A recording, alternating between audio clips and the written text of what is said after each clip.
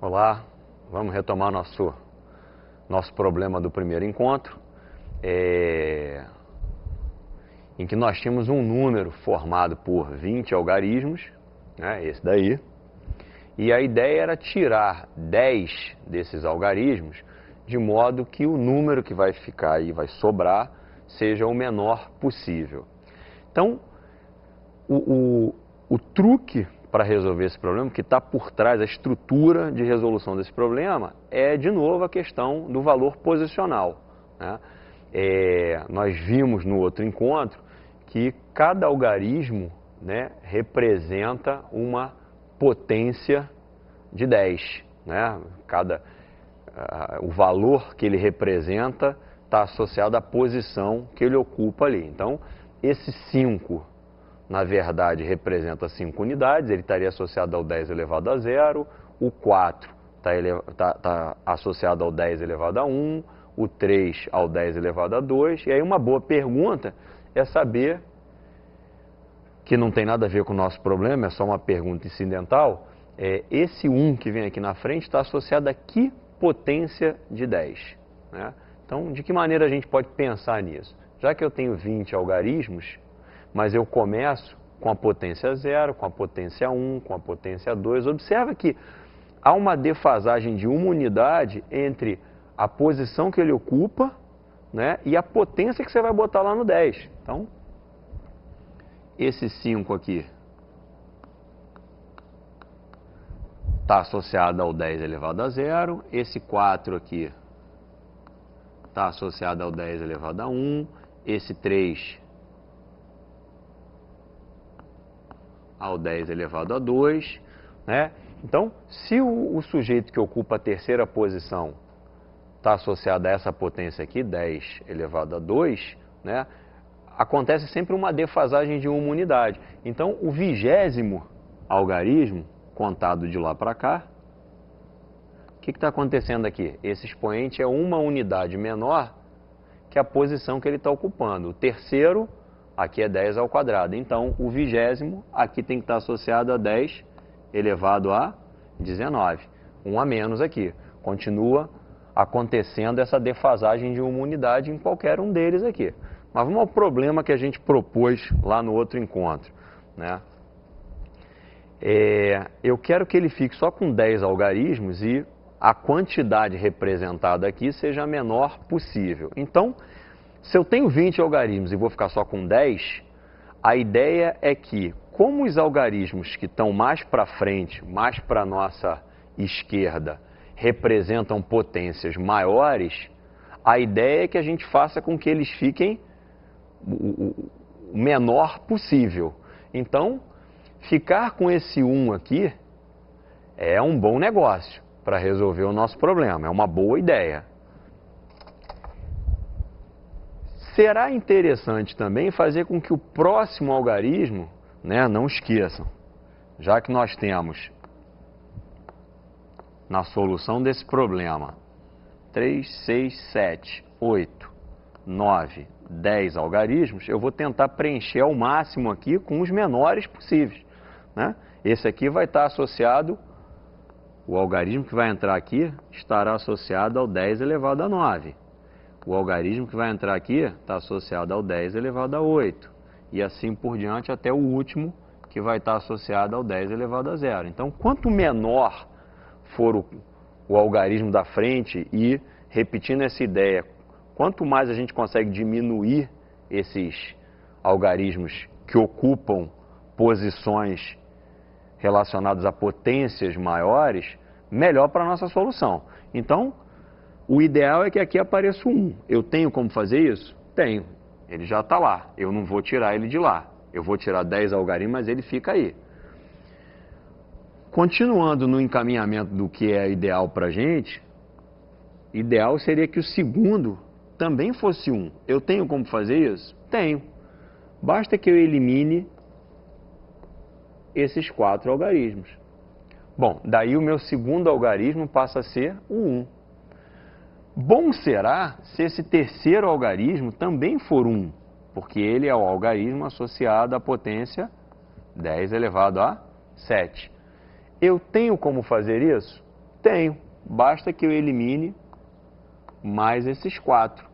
Daí eu tenho meu primeiro algarismo, meu segundo algarismo, meu terceiro algarismo. Continuando nessa ideia do que é o ideal para a gente, é que o melhor seria que aqui fosse 1 também. Eu tenho como fazer isso? Não. Por quê? Porque para botar esse quarto 1 aqui, eu teria que eliminar 4 algarismos. Só que como eu já eliminei 8, e o objetivo é eliminar 10, eu só posso eliminar agora mais 2 aqui no meio, né? Então não há como preservar esse 1 aqui nessa quarta posição, certo? Então, já que eu não posso colocar o 1 nessa posição, eu vou tentar colocar o menor que eu puder, né? Que pode ser o 2. Basta que eu não elimine ninguém. Esse 1 já veio para cá, o 2 já está aqui, né? A seguir, o ideal é que fosse de novo um 1, mas aí eu teria que eliminar 3 algarismos para chegar lá no 1. Eu já aproveitei esse, que veio para a segunda casa, já aproveitei esse, que veio para a terceira casa, e esse 2 também foi aproveitado no quarto dígito, né? Eu não posso colocar o 1 no quinto dígito, porque eu teria que eliminar 3 algarismos, e eu já eliminei 8, só posso eliminar mais 2. Se eu não puder botar o 1 aqui, uma boa ideia seria colocar o 2. Também é ruim, porque para chegar lá eu tenho que eliminar mais coisas do que me é permitido nesse momento. Então, o melhor que eu posso fazer aqui é chegar no 3.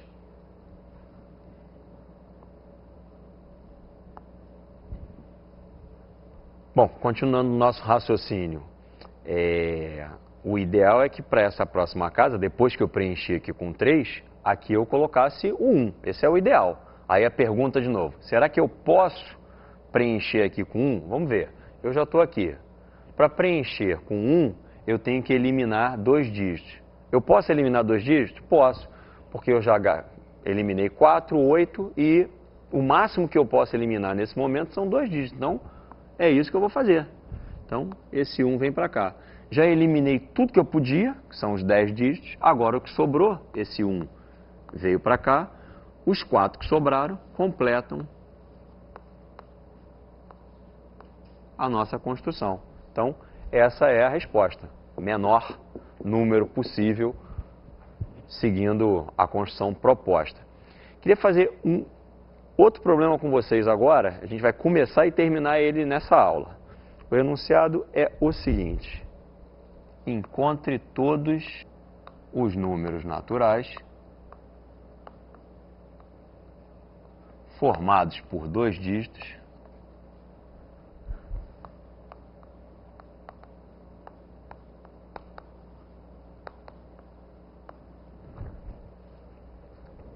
que,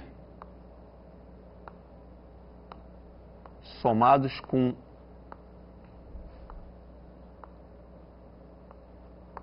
o número formado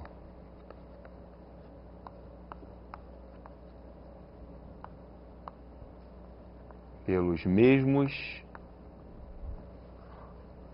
algarismos, só que invertidos,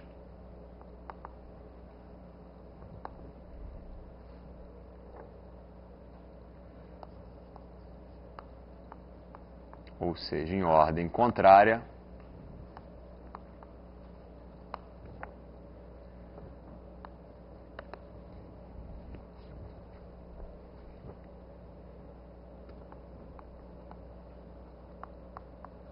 resultem em um quadrado perfeito.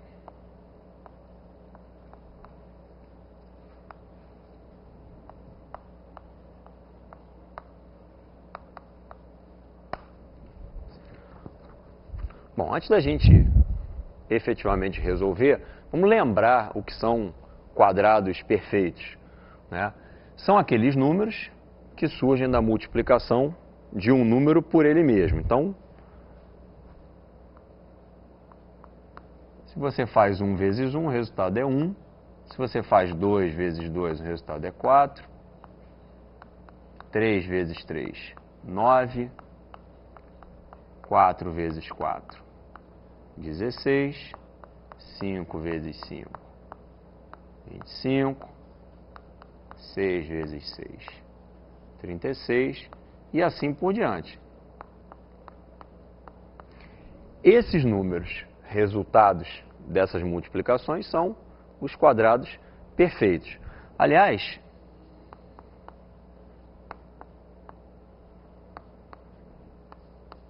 uma coisa bem interessante de se observar nos quadrados perfeitos, só os de um dígito, é que quando você faz 1 vezes 1, o resultado é 1. Quando você faz 9 vezes 9, o resultado é 81, mas ele também termina em 1. Aqui vai aparecer uma propriedade interessante que não tem a ver com o nosso problema ali, mas eu vou chamar atenção para isso. Observa, 2 vezes 2 dá 4 e aqui o final também é 4. Aqui o resultado é 9 e aqui o final é 9. O final é 6, aqui o final também é 6. Ou seja, existe uma simetria aqui nessa construção que é bem bacana, né? Mas voltando, a gente já sabe, já relembrou o que é um quadrado perfeito. Bom, eu não sei que números são esses, né? Encontre todos os números naturais, são esses que eu tenho que encontrar com vocês. Eu não sei que números são esses. Uma coisa importante da gente saber é que na hora de representar vários números ou números desconhecidos, a gente normalmente faz isso em matemática usando letra. Então, na hora que eu vou representar esse número natural de 2 dígitos, eu posso fazer isso assim, ó. Notem que eu estou usando a letra A para representar um dígito, um algarismo. E estou usando a letra B para representar outro algarismo, né? Esse A pode ser, já que ele precisa ter 2 dígitos, esse A pode valer 1, 2, 3, 4, 5, 6, 7, 8 ou 9. E o B pode valer 0, 1, 2, 3, 4, 5, 6, 7, 8 ou 9, porque são esses os possíveis algarismos no sistema de numeração com base decimal, né?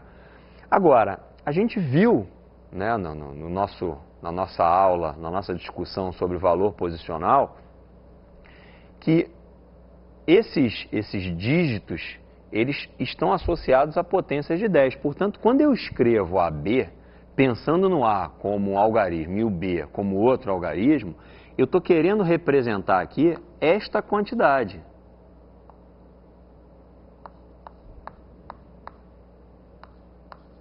Ou seja, eu tenho aqui A dezenas e B unidades.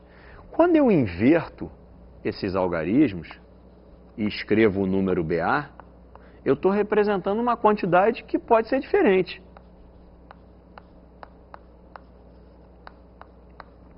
Agora eu estou representando uma quantidade que é formada por B dezenas e A unidade. Pode até ser que essas duas quantidades sejam iguais, desde que o A e o B representem, essas duas letras representem o mesmo algarismo. Perfeito. Então, observa, a gente já falou isso também da soma. Quando eu somar o AB com o BA, estou somando esses dois números, o que vai acontecer? Já que eu tenho A dezenas no primeiro e B dezenas no segundo, ao juntar esses dois números através de uma soma, eu vou passar a ter A mais B dezenas.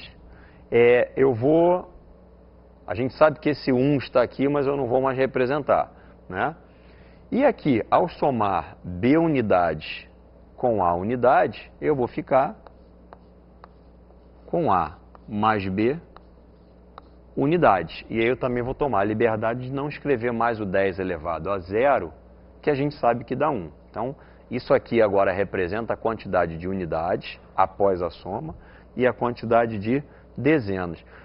Nota que a quantidade representada aqui é rigorosamente a mesma quantidade representada aqui. Se eu tenho essa quantidade 10 vezes e aí eu somo a isso essa mesma quantidade, Se aqui eu tenho a quantidade 10 vezes e aqui eu tenho essa mesma quantidade uma única vez, ao todo eu tenho essa quantidade 11 vezes. Então eu posso escrever assim: A mais B, 11 vezes. Agora eu estou representando quantidade, não estou mais, esse A mais B não representa mais o valor posicional. É uma quantidade que apareceu 11 vezes. Para esse produto, para essa multiplicaçãozinha aqui, dar um quadrado perfeito, só existe uma possibilidade. Necessariamente, essa soma A mais B tem que valer 11, porque aí a gente fica com 11 ao quadrado, o que é um número quadrado perfeito, né? Agora, se A mais B tem que dar 11, quais são as possibilidades de soluções para esse problema? Bom, a gente já viu que o A não pode valer 0. Se o A vale 1, para essa soma chegar a 11, o B teria que valer 10, o que não pode acontecer, porque o valor máximo desse algarismo, na base 10, tem que ser 9. Então, vou tentar com o A valendo 2. Se o A vale 2, para que essa soma chegue em 11, o B tem que ser 9. Outra possibilidade seria o A valer 3. Para que a soma chegue em 11, o B tem que valer 8. Se o A for 4, aqui tem que valer 7 no B. Se o A for 5, o B tem que valer 6. Se o A for 6, o B tem que valer 5. Vou botar para cá por falta de espaço. Se o A estiver valendo 7, o B, para que a soma chegue em 11, tem que ser 4. Se o A for 8, o B é 3. Se o A for 9, o B é 2. E aí eu chego no valor máximo do A. O A não pode valer 10 porque o A representa um algarismo. Então, são esses os resultados. São 2, 4, 6, 8 respostas, né? Esses números todos, quando somados aos seus invertidos, vão dar um quadrado perfeito, né? Pode testar 2 com 9, 9 com 2, fazer e você vai verificar que isso vai dar um número quadrado perfeito. Bom, vamos discutir mais um pouquinho alguns aspectos dos números naturais. No encontro anterior, eu mostrei para vocês a ideia da base decimal, em que a gente ia agrupando as quantidades de 10 em 10. Vou fazer um exemplo dessa mesma ideia. Eu vou representar aqui a quantidade que a gente chama de 20. Então, eu vou colocar 20 pontinhos aqui e a gente vai agrupando de 10 em 10. Então,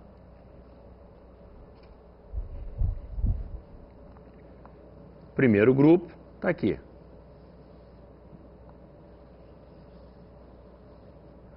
Segundo grupo está aqui, ó. E aí acabou. Observa que eu fiquei, após esse agrupamento, eu fiquei aqui com 2 dezenas e nada mais. Não fiquei com unidade, não sobrou ninguém aqui, não cheguei a ter o suficiente para agrupar em centenas, então eu fiquei com 2 dezenas. E aí, se eu for representar essa quantidade, né, no nosso sistema de numeração, eu não poderia simplesmente escrever o 2. Né? Então, percebam que o 2 é o representante da quantidade de dezenas. Mas eu preciso também de algum algarismo que represente a quantidade de unidades. E aí a gente enxerga uma grande utilidade do zero, né? É esse o algarismo que eu vou colocar aqui, para representar o fato de não ter sobrado unidade alguma, né? Então, isso mostra para a gente, primeiro, que o zero é fundamental nesse sistema de representação, né? Então, ele realmente precisava ser inventado, né? Senão, a nossa maneira de representar, o nosso sistema de representação ia ficar com buracos. Então, essa é uma das coisas importantes, né? A segunda coisa importante é perceber que faz sentido, né, usar o zero para contar coisas também, né? Quando eu faço a contagem das coisas, né, não é tão absurdo assim eu pensar em usar o zero como um contador. Aqui, no caso, eu estou dizendo para vocês que eu tenho 2 dezenas e não tenho nenhuma unidade. Não sobrou unidade alguma aqui perdida para a gente contar lá. Então, faz sentido eu usar o zero como um contador também, né? E a partir desse momento é razoável, é bastante razoável que eu coloque o zero lá no nosso conjunto dos naturais e dê uma aumentadinha nesse conjunto dos naturais, que a gente vai passar a chamar de conjuntos naturais estendidos, né? Então,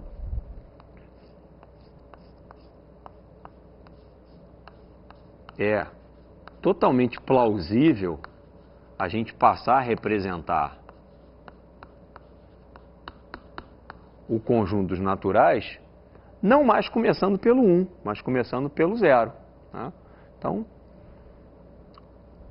esse 0 aqui faz algum sentido, aliás, faz todo sentido. Né? Então, a partir de agora, eu vou representar o conjunto dos naturais com esse 0 aqui na frente. Os naturais, eles têm uma construção interessante que está lá no seu material, lá no livro do professor Abramo. Ele representa dessa forma aqui. Ele escreve os números naturais. No início ele faz sem o zero. O nosso material não apresenta o zero no início, só depois. Né? E é uma construção em que ele vai fazendo o seguinte. A partir de cada elemento, e vamos temporariamente começar aqui com 1, a partir de cada elemento você consegue direcionar para o número seguinte. Então o 2 pode ser levado no 3, o 3 pode ser levado no 4, o 4 leva no 5 e assim por diante. Isso garante que a partir de um determinado natural, eu sempre consigo chegar no número que vem depois. Esse número que vem depois, a gente vai batizar de sucessor. Voltando àquela história de representar os números com letras, né? Se n é a representação de um número natural,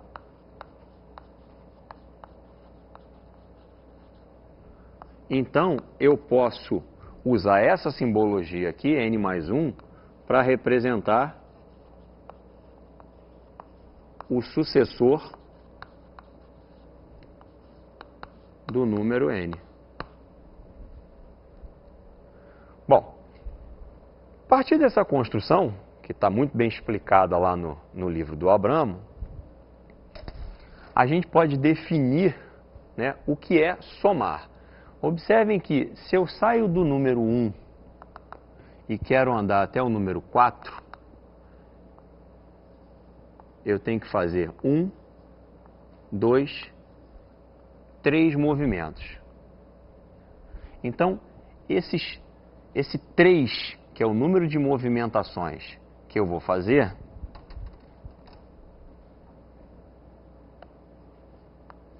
se eu pegar o meu ponto de partida, que é o 1, e fizer 3 movimentos, eu chego no 4. Então, a partir de agora, eu vou dizer que o 4 é a soma do 1 com 3, ou seja, esse número natural é a soma do nosso ponto de partida com o número de movimentos que eu fiz no sentido das setinhas, ok?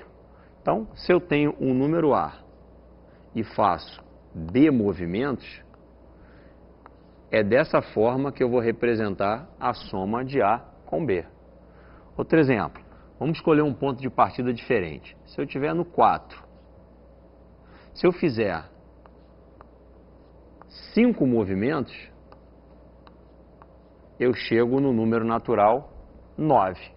Ou seja, a soma de 4 com 5 é 9. 9 é o número natural que representa a soma desse número natural com 5 movimentações. Ok? Bom, considerando que a gente já entendeu, né, que a soma foi definida em cima dessas movimentações para a direita, né, nada impede que eu não me movimente. Parece estranho, mas eu posso pensar numa representação, em algo que represente, quando eu não me movimento, né? Então, de novo, né, quem vai representar essa não movimentação, né, é o zero. Então, se eu tenho o 3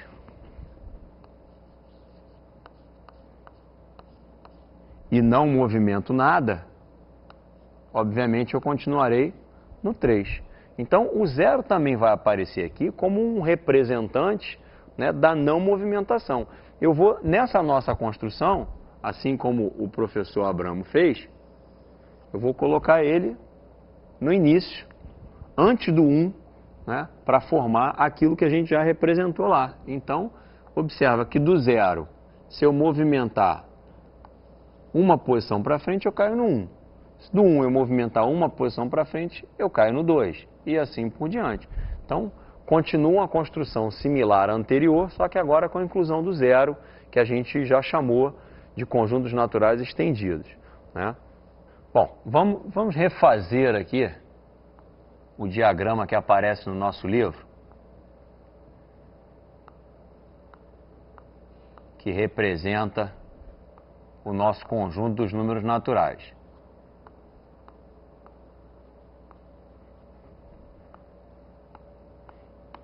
E aqui tem uma coisa muito importante da gente perceber, né, que surge nessa construção, que é a ideia de ordem, né? O que acontece? Nessa construção, sempre que um número estiver à esquerda do outro, eu digo que ele é menor do que o outro. Por exemplo, se eu tomo o número 2 e tomo o número 5, observem que o 2 está à esquerda do 5. Isso quer dizer que o 2 é menor do que o 5. Eu posso dizer que o 2 é menor do que o 5. Da mesma forma, se eu pego os números 3 e 4, o 3 está à esquerda do 4. Então eu posso dizer que o 3 é menor do que o 4. Eu também posso falar o contrário, eu posso fazer a leitura disso ao contrário. Eu posso dizer que o 4 é maior do que o 3. Isso a gente escreve dessa forma. De maneira análoga, o 5 é maior do que o 2. Então, generalizando essa ideia e usando para essa generalização aquela nossa representação com as letras, né, sempre que eu tiver dois números tomados aí nesse conjunto, A e B,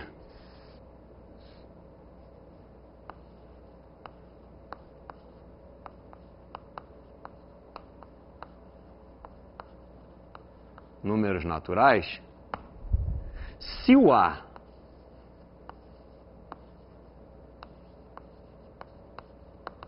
estiver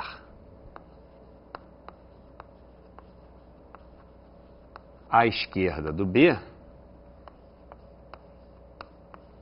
então o número A é menor do que o número B. Em outras palavras, se eu tiver no número A, se for possível, partindo do A, fazer movimentações, fazer deslocamentos, se for possível fazer pelo menos um deslocamento, né, um ou mais, que me leve até o número B, é sinal de que o A é menor do que o B, né? Pode acontecer, né, de na hora em que eu parto do número A para chegar ao número B, eu não fazer deslocamento algum. Se isso acontecer, é sinal de que o A é igual ao B. Então, nota o que pode acontecer. Se eu tiver no A e for possível fazer pelo menos um ou mais deslocamentos, de modo que eu chegue ao número B, o A é menor do que o B. Vou escrever isso aqui. Agora, se eu tiver no número A e para chegar no B eu não preciso fazer deslocamento algum, é sinal de que o A é igual ao B. Pode ainda acontecer desse número B, ele estar à esquerda do número A. E nesse caso, o B é menor do que o A. Mas a gente viu que a gente pode escrever isso ao contrário. Isso aqui, essa terceira, pode ser escrita da direita para a esquerda assim.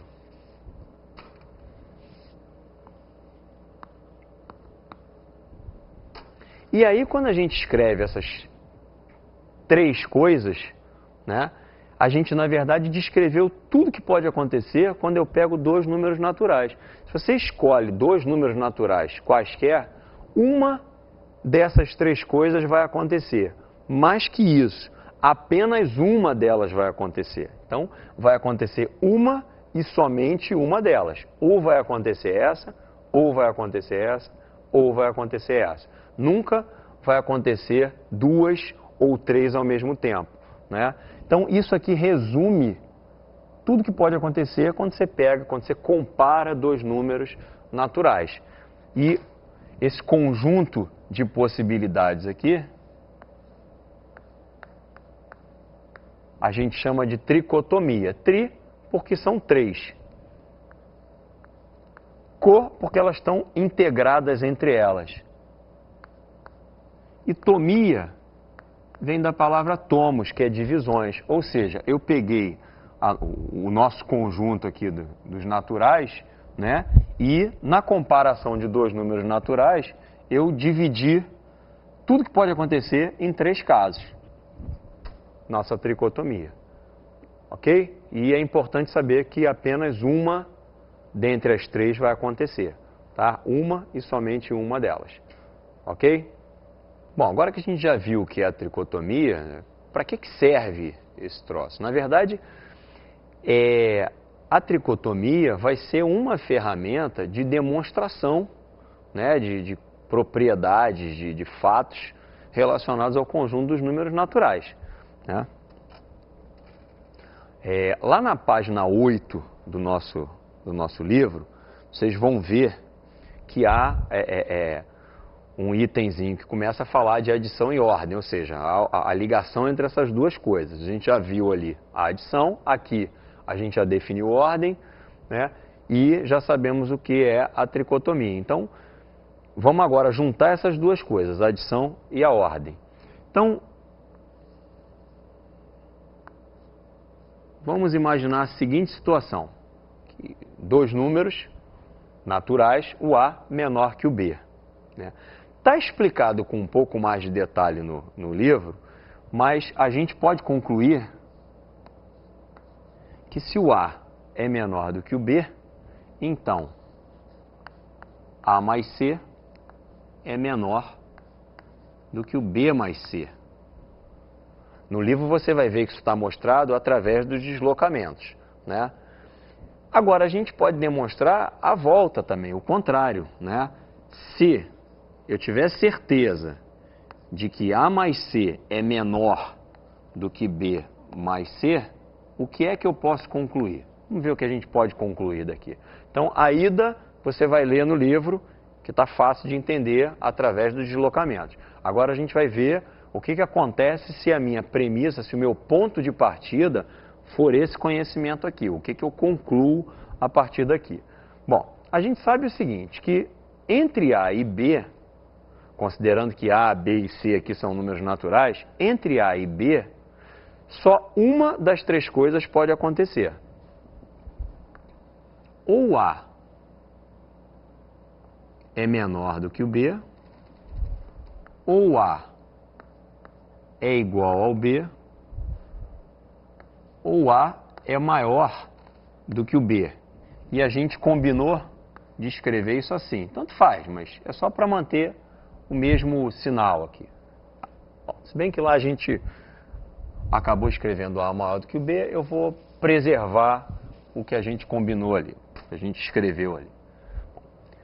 Vamos imaginar, só uma dessas três coisas pode acontecer. Vamos imaginar que seja essa daqui a coisa verdadeira, que de fato está acontecendo. Bom, pelo que a gente já viu aqui, se eu pegar o A, o número A natural, e deslocar ele para a minha direita, C espaçamentos, se eu fizer C deslocamentos com o meu número A, e se eu fizer a mesma quantidade de deslocamentos com o meu número B, eles continuam iguais. Mas isso contraria a minha premissa, né, o meu ponto de partida. Se isso aqui contraria o meu ponto de partida, isso daqui que eu cheguei é um absurdo. Porque está contrariando o nosso ponto de partida. Se isso aqui é um absurdo, se eu cheguei a um absurdo utilizando isso daqui como hipótese, a conclusão é que essa hipótese é falsa. Então eu vou descartar essa hipótese. Eu vou então, agora que eu descartei essa hipótese, eu vou tomar uma outra hipótese. Vamos imaginar que isso aqui seja o que está acontecendo. Eu não tenho certeza, isso é só uma hipótese.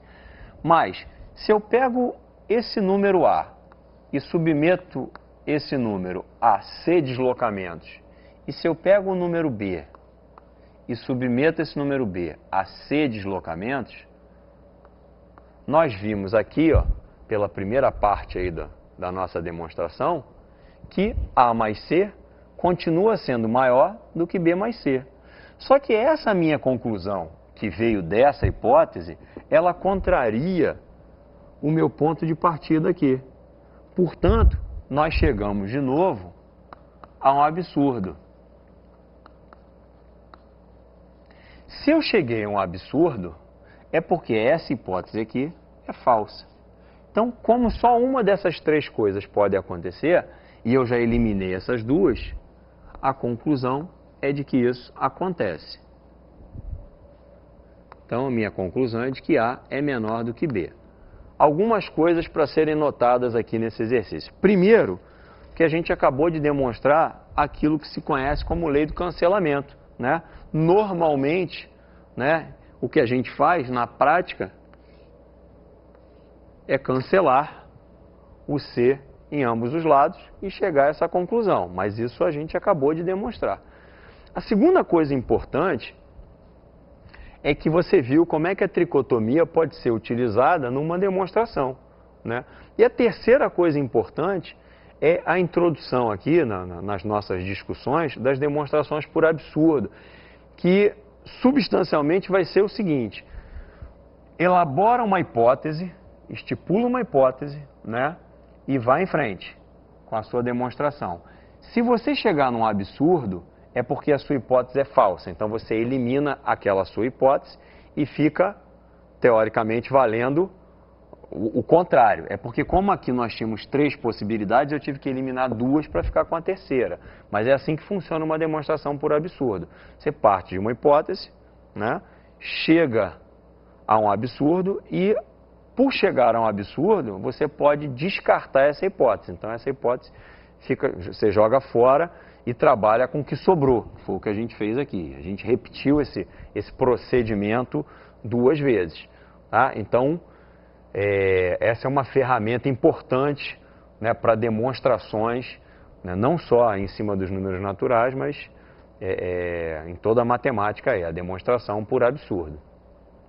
Bom, para finalizar o encontro de hoje, eu quero propor dois problemas. O primeiro está intimamente ligado à demonstração que a gente fez da lei do cancelamento. É o problema 1.4.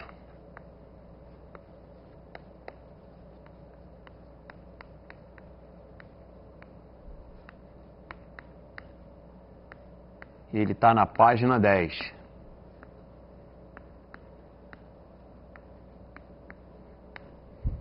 E ele diz o seguinte: nós temos que demonstrar, você precisa demonstrar, que dados 3 números naturais, A, B e C, naturais, se A mais C for igual a B mais C, então A igual a B. Que não deixa de ser a lei do cancelamento que a gente fez lá, só que com a desigualdade. Aqui, você vai repetir com a igualdade. Ele está na página 10. E o segundo problema tem a ver com o início da nossa aula, com aquele exercício que nós fizemos no início desse encontro, né? É um problema que caiu na Olimpíada Mineira de Matemática. E eu vou colocar esse enunciado para você aqui no quadro. A pergunta é: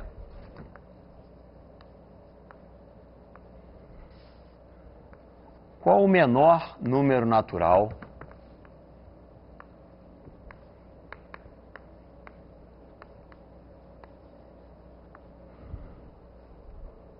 de 12 algarismos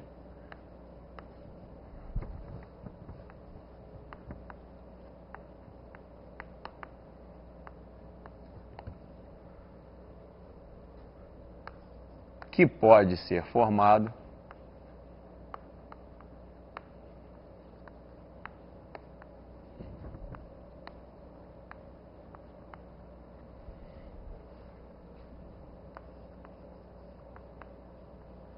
de modo que a soma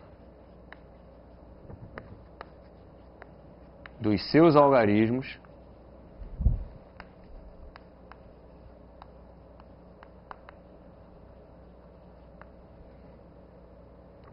seja 80. Então, esse tem a ver com o valor posicional, que foi a discussão de encontro anterior e do início da aula de hoje. Até a próxima.